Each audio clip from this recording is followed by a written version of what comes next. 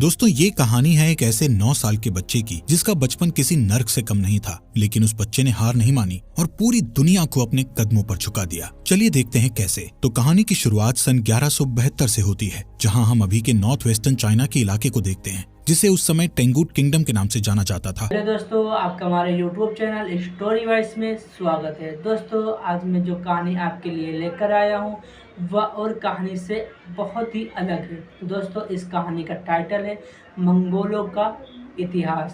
तो दोस्तों ज़्यादा देर न करते हुए आइए हम इस वीडियो में देखते हैं कि मंगोलों का इतिहास क्या है, मंगोलों की हिस्ट्री क्या है। दोस्तों ये कहानी है एक ऐसे 9 साल के बच्चे की जिसका बचपन किसी नर्क से कम नहीं था, लेकिन उस बच्चे ने हार नहीं मानी और पूरी दुनिया को अपने कदमों पर झुका दिया। चलिए देखते हैं कैसे। तो कहानी की शुरुआत सन 1172 से होती है, जहां हम अभी के नॉर्थ वेस्टर्न चाइना के इलाके को देखते हैं, जिसे उस समय टेंगुट किंगडम के नाम से जाना जाता था, जिसको टेंगुट राजवंश ही चलाता था। यहाँ पर कई सारे मंगोलियन ट्राइब्स के ग्रुप्स रहते थे, जिनके सरदार को खान कहा जाता था। इस ट्राइब्स के खानों की आपस में बहुत गहरी दुश्मनी होती थी, क्योंकि ये सभी लोग पावर में बने रहना चाहते थे, जिसके चलते इनके बीच अक्सर लड़ाइयां चलती ही रहती थी। इन लड़ाइयों में बहुत सारे लोग मारे जाते थे। मंगोलों की दुनिया में कोई नियम कानून नहीं थे, इसलिए इनको एक सुप्रीम खान की सख्त जरूरत थी, ताकि ये सभी लोग एकजुट होकर रह सकें। यहाँ से सीन शिफ्ट होता है और हम एक आदमी को देखते हैं जिसका नाम येसुई था, और ये चाइना के वेस्ट साइड से एक छोटा मोटा खान था। इस समय येसुई एक सफर पर निकला था। उसके साथ उसका 9 साल का बेटा तेमुजिन भी था। दरअसल येसुई अपने बेटे के लिए एक वाइफ ढूंढने के लिए निकला था। रात होने पर वो अपने दोस्त के ट्राइब पर आराम करने के लिए रुकते हैं। वहीं जब तेमुजिन अपने घोड़े के पास खड़ा होता है तो उसके पास एक छोटी लड़की आती है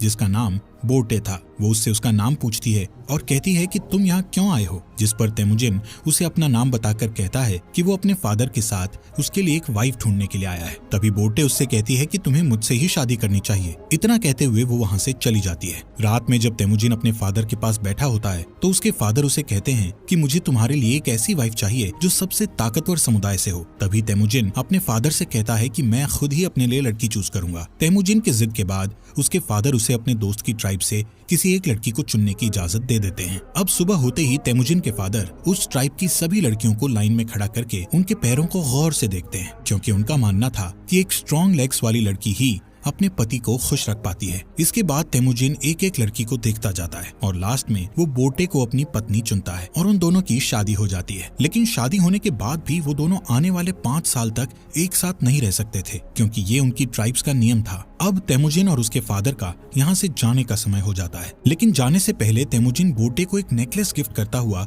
उसे कहता है कि वो उसके लिए जल्द ही वापस आएगा। यहाँ से येसुई तेमुजिन और अपने लोगों के साथ सफर पर निकल जाता है। कुछ दूर चलने के बाद वो लोग एक जगह पर आराम करने के लिए रुकते हैं। यहाँ पर वो सभी लोग काफी सतर्क थे, क्योंकि ठीक उनके सामने थोड़ी दूर एक और खान की ट्राइब के लोग बैठे थे। थोड़ी देर बाद उस खान का एक आदमी येसुई के लिए एक कटोरी में दूध लाता है, जिसका मतलब शांति का पैगाम था, और वो लोग समझौता करना चाहते थे। येसुई वो दूध की कटोरी ले लेता है और सामने बैठे खान के लिए भी अपनी तरफ से एक दूध की कटोरी भेजता है। येसुई के आदमी येसुई को खुद वो दूध पीने से पहले अपने किसी नौकर को पिलाने के लिए बोलते हैं, लेकिन येसुई उन्हें ऐसा करने से मना कर देता है, क्योंकि वो उस खान का विश्वास नहीं तोड़ना चाहता था और खुद ही वो दूध पी जाता है। दूसरी तरफ खान भी येसुई का भिजवाया हुआ दूध पी लेता है। थोड़ी देर बाद जब वो लोग अपना सफर फिर से जारी रखते हैं तो रास्ते में अचानक ही येसुई के सीने में बहुत तेज दर्द होने लगता है, जिससे वो अपने घोड़े से गिरकर मर जाता है। यहाँ हमें पता चलता है कि ये सब उस खान के दिए गए दूध के कारण हुआ था, क्योंकि खान ने उस दूध में जहर मिलाकर दिया था। तभी तेमुजिन अपने फादर के पास जाता है, लेकिन उसके साथ के सभी लोग उसे यहीं पर अकेला छोड़कर वहाँ से जाने की तैयारी करने लगते हैं, क्योंकि उनके बीच एक परंपरा थी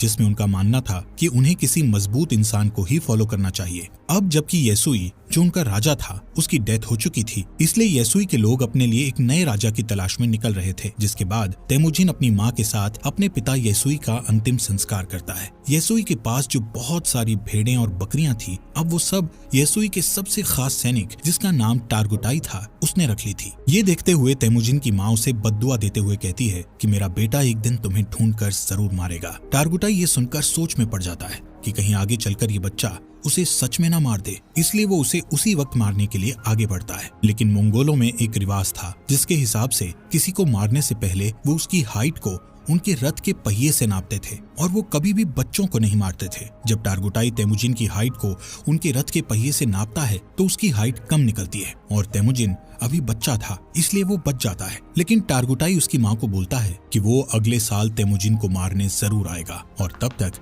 उसकी हाइट और उम्र भी बढ़ चुकी होगी। कुछ महीनों बाद जब सर्दी आ जाती है तो तेमुजिन के पास छुपने के लिए कोई भी जगह नहीं थी। तभी उसे अपने फादर की बात याद आती है कि उन्होंने कहा था कि गॉड टेंगरी उनकी बुरे वक्त में मदद जरूर करेंगे। इसीलिए वो उस सीक्रेट माउंटेन की तरफ जाने लगता है, लेकिन रास्ते में अचानक उसका पैर बर्फ से जमी झील पर टिक जाता है और वो उस झील के अंदर ठंडे पानी में गिरकर डूबने लगता है। वो डूबकर मरने ही वाला था, लेकिन तभी वहाँ उसकी ही उम्र का एक लड़का जिसका नाम जमूखा था उसे झील से बाहर लाकर उसकी जान बचा लेता है। यहाँ पर जमूखा और उसका बड़ा भाई तेमुजिन को अपने साथ घर ले जाते हैं और उसे खाना खिलाते हैं। तेमुजिन उसकी जान बचाने के लिए उनका शुक्रिया अदा करता है। इसके बाद जमूखा और उसका भाई अपने अपने हाथ पर कट लगाकर अपना खून दूध में मिलाकर तेमुजिन को वो दूध पीने को कहते हैं। तेमुजिन वो दूध पी जाता है और अब वो 2 नहीं बल्कि 3 भाई बन गए थे। उन्होंने तेमुजिन को अपना भाई बना लिया था। अगली सुबह टारगुटाई अपने लोगों के साथ तेमुजिन को ढूंढता हुआ यहाँ आ जाता है ताकि वो तेमुजिन को जान से मार सके। टारगुटाई के लोग तेमुजिन को पकड़कर उसे अपने साथ मारने के लिए ले जाते हैं, लेकिन जब वो तेमुजिन की हाइट रथ के पहिए से नापते हैं तो अभी भी उसकी हाइट उतनी ही थी जितनी की पहले थी, जिस वजह से वो लोग तेमुजिन को तब तक के लिए कैदी बनाकर रख लेते हैं जब तक कि उसकी हाइट नहीं बढ़ जाती। इनके ट्राइब में एक बूढ़ा आदमी था जो कि कैद में तेमुजिन को रोज खाना खिलाता था और उसके जख्मों पर मलहम पट्टी भी करता था। कुछ दिनों बाद टारगुटाई फिर से तेमुजिन की हाइट नापता है, लेकिन अभी भी उसकी हाइट उतनी ही थी। इसी टाइम पर यहाँ बारिश होने लगती है और सभी लोग भागकर अपने अपने तंबू में चले जाते हैं। इसी बात का फायदा उठाते हुए वो बूढ़ा आदमी तेमुजिन को वहाँ से छुड़ाकर भगा देता है। तेमुजिन भागता भागता बहुत दूर चला जाता है। उसके गले में एक भारी लकड़ी का फंदा भी बंधा हुआ था, लेकिन कैसे भी करके वो उस पहाड़ पर जाता है जहाँ पर उसके फादर ने बताया था। वहाँ वो गॉड टेंगरी से विश मांगता है कि अचानक तेमुजिन को वहाँ एक सफेद भेड़िया दिखता है, जिसके तुरंत बाद उसके गले में बंधा हुआ लकड़ी का फंदा भी अपने आप ही खुलकर नीचे गिर जाता है। यहाँ से सीन कट होता है और हम सन 1186 में तेमुजिन को देखते हैं, जो कि अब एक नौजवान लड़का बन चुका था। लेकिन तेमुजिन अभी भी टारगुटाई के लोगों से बचकर भाग रहा था। कई सालों से टारगुटाई के लोग तेमुजिन को ढूंढ रहे थे और एक दिन वो तेमुजिन को ढूंढ ही लेते हैं और उसे पकड़कर फिर से कैदी बनाकर उसी लकड़ी के फंदे में रखते हैं जिसमें उसे बचपन में रखा गया था। अब क्योंकि तेमुजिन की हाइट और उम्र बढ़ चुकी थी, इसलिए उसके मरने के चांसेस बहुत ज्यादा थे। लेकिन टारगुटाई उसे जान से नहीं मारता क्योंकि वो उसे अपनी जान की भीख मांगते हुए देखना चाहता था। लेकिन तेमुजिन टारगुटाई से बोलता है कि मैं खुशी खुशी मर तो सकता हूँ, लेकिन तुम्हारे आगे अपनी जान की भीख कभी नहीं मांगूंगा। ये सुनकर टारगुटाई उसे टॉर्चर करना शुरू कर देता है और उसे कहता है कि अब मैं तुम्हें धीरे धीरे तड़पा तड़पा कर मारूंगा। यहाँ पर हम देखते हैं कि वो बूढ़ा आदमी अभी तक जिंदा था और वो फिर से तेमुजिन के पास जाकर उसे पानी पिलाता है। उसी दिन शाम को जब सभी लोग आपस में बिजी थे तो टारगुटाई तेमुजिन के पास अकेला उससे बात करने जाता है। इसी बात का फायदा उठाकर तेमुजिन उसी लकड़ी के फंदे से जिससे उसे बांधा गया था उससे टारगुटाई को मारकर वहाँ से भाग जाता है। अब टारगुटाई को मारकर वो खुद खान बनने के लिए तैयार था। अब यहाँ पर वो सबसे पहले अपनी वाइफ के पास जाता है जिससे उसने बचपन में शादी की थी। वो बोटे के पास जाता है जो अब बड़ी हो चुकी थी और बहुत खूबसूरत भी। बोटे उससे कहती है कि मैं कई सालों से तुम्हारा इंतजार कर रही थी और अब फाइनली वो दोनों साथ थे। कुछ देर बाद वो लोग यहाँ से निकल जाते हैं। यहाँ से तेमुजिन सीधा अपनी माँ और बहन के पास उनसे मिलने जाता है। तेमुजिन को इतने सालों बाद देखकर उसकी माँ और बहन बहुत खुश थे। लेकिन एक दिन इनके ऊपर मर्किट ट्राइब के लोगों का अटैक हो जाता है। कई साल पहले तेमुजिन के फादर ने इस मर्किट ट्राइब के खान की मदर को किडनैप किया था और तब इस ट्राइब के खान ने कसम खाई थी कि वो अपनी माँ का बदला जरूर लेगा। और अब ये लोग यहाँ बोटे को किडनैप करने आए थे। बोटे और तेमुजिन दोनों यहाँ से भागने की कोशिश करते हैं, लेकिन तभी एक तीर बोटे को लगता है जिससे वो अपने घोड़े से नीचे गिर जाती है और वो लोग उसे किडनैप कर लेते हैं। दरअसल मर्किट खान बोटे को अपनी वाइफ बनाना चाहता था, वहीं दूसरी ओर तेमुजिन अपनी वाइफ बोटे को वापस लाना चाहता था, जिसके लिए वो अकेला काफी नहीं था। इसलिए वो मदद के लिए अपने पुराने भाई जमूखा के पास जाता है। यहाँ जमूखा भी एक ट्राइब का खान था जो कि बहुत पावरफुल ट्राइब थी। जमूखा तेमुजिन की मदद करने के लिए तैयार था, लेकिन लड़ाई के लिए वो तेमुजिन को 1 साल का इंतजार करने के लिए कहता है क्योंकि उसे बाकी ट्राइब्स पर अटैक करके उन्हें अपने अंडर लेना था। समय के साथ साथ 1 साल भी बीत जाता है और वो वक्त आ जाता है जब वो दोनों भाई मिलकर अपनी सेना लेकर मर्किड ट्राइब पर अटैक करते हैं। लड़ाई में वो सभी लोगों मर्किड ट्राइब के खान और उसकी सेना को मारकर उनका जरूरी सामान अपने साथ उठा लेते हैं। वहीं एक टेंट में बोटे बैठी थी जो कि प्रेग्नेंट थी। इसके बावजूद भी तेमुजिन उसे अपना लेता है। उसी रात ये लोग अपनी जीत का जश्न मनाते हैं और तेमुजिन के साथ और भी कई लोग जुड़ जाते हैं जो उसे वहां मिले सामान को सभी में बांटने के लिए कहते हैं, जिसमें से तेमुजिन सिर्फ 10% सामान ही अपने पास रखता है और बाकी 90% वहाँ के लोगों में बांट देता है। तेमुजिन उन मरे हुए लोगों के परिवारों को भी कुछ सामान देता है जिन्होंने लड़ाई में अपनी जान गंवाई थी। तभी यहाँ जमुखा के 2 लोग ये सब देखते हैं और तेमुजिन की ट्राइब के साथ जुड़ जाते हैं। अब क्योंकि मंगोल्स में शुरू से ही ये नियम था कि वो अपने खान को खुद ही चुन सकते थे, जिसमें जमुखा चाहकर भी कुछ नहीं कर सकता था। लेकिन ये देखकर कि उसकी ट्राइब के 2 लोग तेमुजिन की ट्राइब में चले गए हैं, उसके मन में तेमुजिन के खिलाफ दुश्मनी बढ़ जाती है। नेक्स्ट सीन में तेमुजिन के आदमी जमुखा के आदमियों को उनके घोड़े चुराते हुए देख लेते हैं। तभी जमुखा के आदमी बचकर वहां से भागने लगते हैं, जिसके बाद तेमुजिन के आदमी गुस्से में गलती से उन्हें जान से मार डालते हैं। लेकिन जब वो लोग जमुखा के उन लोगों को देखते हैं तो उन्हें पता चलता है कि उनमें से एक आदमी जमुखा का बड़ा भाई था। और अब जैसे ही जमुखा को इसके बारे में पता चलता है तो वो तेमुजिन को जान से मारने की ठान लेता है, क्योंकि उसे अपने भाई की जान का बदला लेना था, जिसके लिए जमुखा आसपास के और ट्राइब्स के खानों से हाथ मिला लेता है और अपनी एक बड़ी ट्राइब बनाकर तेमुजिन की ट्राइब पर अटैक कर देता है। तेमुजिन जानता था कि वो लोग ये जंग नहीं जीत सकते, क्योंकि उसके पास इतने सैनिक नहीं थे जितने जमुखा के पास थे। इसलिए वो अपनी ट्राइब की औरतों और बच्चों को वहां से जाने के लिए कहता है और बाकी लोगों को लड़ने के लिए बोलता है। इस लड़ाई के बीच तेमुजिन अपने सैनिकों के साथ हार जाता है और जमुखा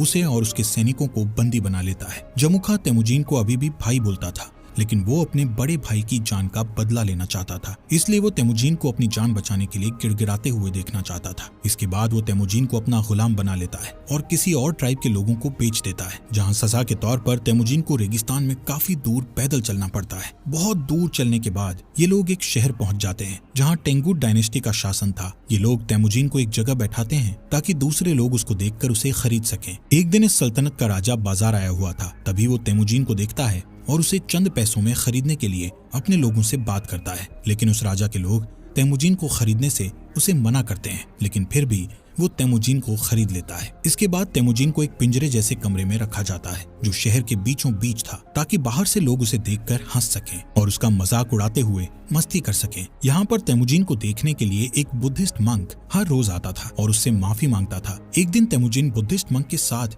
एक समझौता करता है कि अगर तुम मेरी वाइफ को ढूंढोगे तो मैं आगे चलकर इस गांव को कभी नुकसान नहीं पहुंचाऊंगा। जिसके बाद वो बुद्धिस्ट मंक बोटे को ढूंढने के लिए रेगिस्तान में निकल जाता है, लेकिन बुद्धिस्ट मंक एक बूढ़ा इंसान था, इसलिए वो गर्मी के मारे बेहोश होकर वहीं मर जाता है। वहीं खुशकिस्मती से बोटे को उस मरे हुए बुद्धिस्ट मंक के पास वही नेकलेस मिलता है जो उसे तेमुजिन ने दिया था, जिससे उसे पता चल जाता है कि तेमुजिन अभी भी जिंदा है। इसके बाद बोटे अपने पति को ढूंढने के लिए शहर में निकल जाती है और यहाँ पर उसे तेमुजिन एक पिंजरे में बंधा हुआ मिलता है। उसी रात बोटे यहाँ के सिपाही को रिश्वत देकर तेमुजिन को यहाँ से भगा लेती है और तेमुजिन देखता है कि उसका बेटा बड़ा हो चुका है और बोटे की एक बेटी और भी है। बोटे तेमुजिन को घर ले आती है। यहाँ अब पूरा परिवार हंसी खुशी रहने लगता है। एक दिन बोटे तेमुजिन से कहती है कि सभी मंगोल्स एक जैसे ही होते हैं, सभी चोरी करते हैं और एक दूसरे को मारते हैं। मंगोल्स के लिए ये चीज एक आम बात है, लेकिन बोटे की इस बात का तेमुजिन पर बहुत गहरा प्रभाव पड़ता है और वो अपनी फैमिली को छोड़कर वहाँ से निकल जाता है। वो डिसाइड करता है कि अब वो सभी ट्राइब्स को मिलाकर एक नया मंगोल राज बनाएगा, जिसमें सभी के बीच नियम और कानून होंगे। तेमुजिन अब डिसाइड कर चुका था कि अगर इस काम को पूरा करने के लिए उसे किसी की जान भी लेनी पड़े तो वो पीछे नहीं हटेगा। वो 3 नियम बनाता है, जिसमें पहला नियम था कि औरतों और बच्चों को कभी नहीं मारा जाएगा। दूसरा नियम था कि दुश्मन से मरते दम तक लड़ा जाएगा और तीसरा नियम ये था कि कोई भी अपने खान को धोखा नहीं देगा। यहाँ से सीन कट होता है और हम सन 1196 को देखते हैं, जहां कई साल पहले तेमुजिन ने कसम खाई थी कि वो मंगोल की बड़ी आर्मी बनाएगा और अब उसने बहुत सारे ट्राइब्स को जीतकर एक साथ जोड़कर एक बड़ा मंगोल बना लिया था। अब उसके रास्ते में एक ही रुकावट थी जो उसको राजा बनने से रोक रही थी, और वो रुकावट और कोई नहीं बल्कि उसका भाई जमुखा ही था। जमुखा के पास भी एक बहुत बड़ी आर्मी थी और वो दोनों एक जंग के मैदान में अपनी पूरी आर्मी लेकर लड़ाई के लिए तैयार थे। यहाँ पर तेमुजिन जमुखा को उसका भाई होने के नाते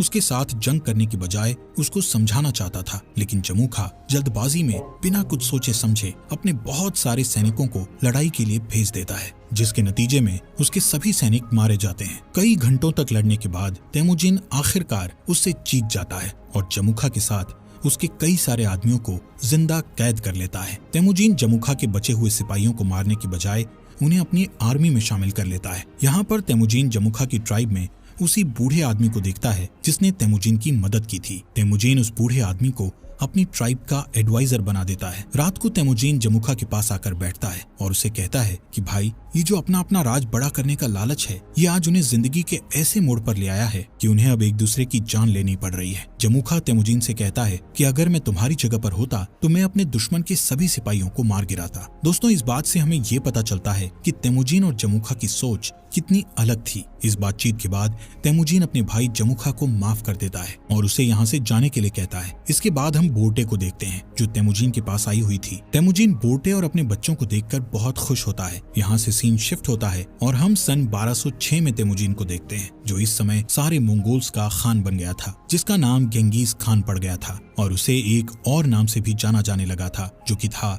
चंगेज खान। इसके बाद उसने पूरे के पूरे टेंगुट साम्राज्य का खात्मा कर दिया था और एक नए सिरे से साम्राज्य की स्थापना की। उसने मोनेस्ट्री शहर को उस मंक की आखिरी इच्छा समझकर छोड़ दिया, क्योंकि उस मंक ने तेमुजिन से कहा था कि अगर मैं तुम्हारी पत्नी को ढूंढकर तुम्हारे बारे में बता दूं तो तुम इस मोनेस्ट्री शहर को तबाह नहीं करोगे। और आगे चलकर ये मोनेस्ट्री शहर मंगोल साम्राज्य का फाउंडर बना, एक ऐसा साम्राज्य जो कि इतिहास के सबसे बड़े साम्राज्यों में से एक। दोस्तों, अगर आपको ये पसंद आई हो तो हमारे चैनल को लाइक करें, सब्सक्राइब करें और हमें कमेंट में ज़रूर बताएं कि आपको ये वीडियो अच्छी लगी